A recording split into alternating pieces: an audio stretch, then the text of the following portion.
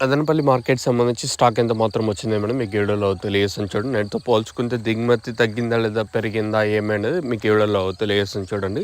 వెల్లంపాట్లు ప్రారంభమయ్యేది 9 గంటలకు అట్లా స్టార్ట్ అయితే సో ప్రస్తుతానికి ఇక్కడ స్టాక్ ఎంత మాత్రం వచ్చింది, అలాగే వర్షం అప్డేట్ కూడా మీకు ఇస్తాను. వర్షం అయితే నిన్న రోజంతా అంటే ఇప్పుడు ఫాగ్ అంటాం కదా, అయితే చిరుజల్లులు పడుతూనే ఉన్నాయి. ఇప్పుడు కూడా స్టిల్ నో ఇంకా దిగుమతి వస్తుంది. ఈ చిరుజల్లులు మాత్రం పడుతూనే ఉన్నాయి. ఇంకా మదనపల్లి ఈ సరౌండింగ్ ఏరియాస్లో కొన్ని ఏరియాల్లో పడుతూ ఉంది, మళ్ళీ నిలుస్తుంది, పడుతుంది, నిలుస్తుంది, అట్లయితే జరుగుతుంది. అయినా శనివారము తట్టు గుర్తుపెట్టుకోండి. ఇంకా నిన్న వర్షం పడుతూనే ఉన్నా కూడా దిగుమతి ఏం తగ్గలేదు. దిగుమతి పెరిగింది, ఒక 5-10% దిగుమతి ఎక్కువగానే ఉంది. 6 గంటల వరకు స్టాక్ అయితే నేడపైన ఒక 5-10% కొంచెం పెరిగింది.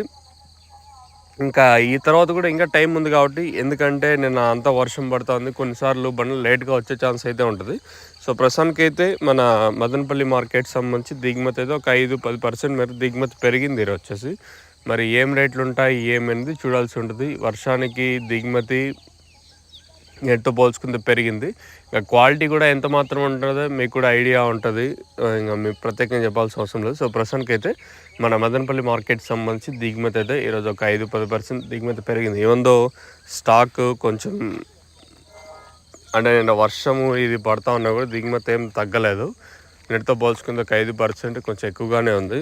ఇంకా నిన్న ములకల చీరు అయితే తర్వాత 620 రూపాయలు సూపర్ టాప్ ములకల చీరు మార్కెట్లో ధర అయితే పెరిగింది.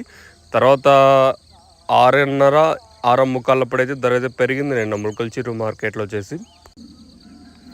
మీకు ఎవరికైనా ఈ తక్షణంతగా భూవరం బుకింగ్ చేసుకోవాలనుకుంటే పైన స్క్రీన్ మీద 2 నెంబర్లు ఉన్నాయి కదా, ఆ 2 నెంబర్లు కాల్ చేసి మీరు బుక్ చేసుకోవచ్చు.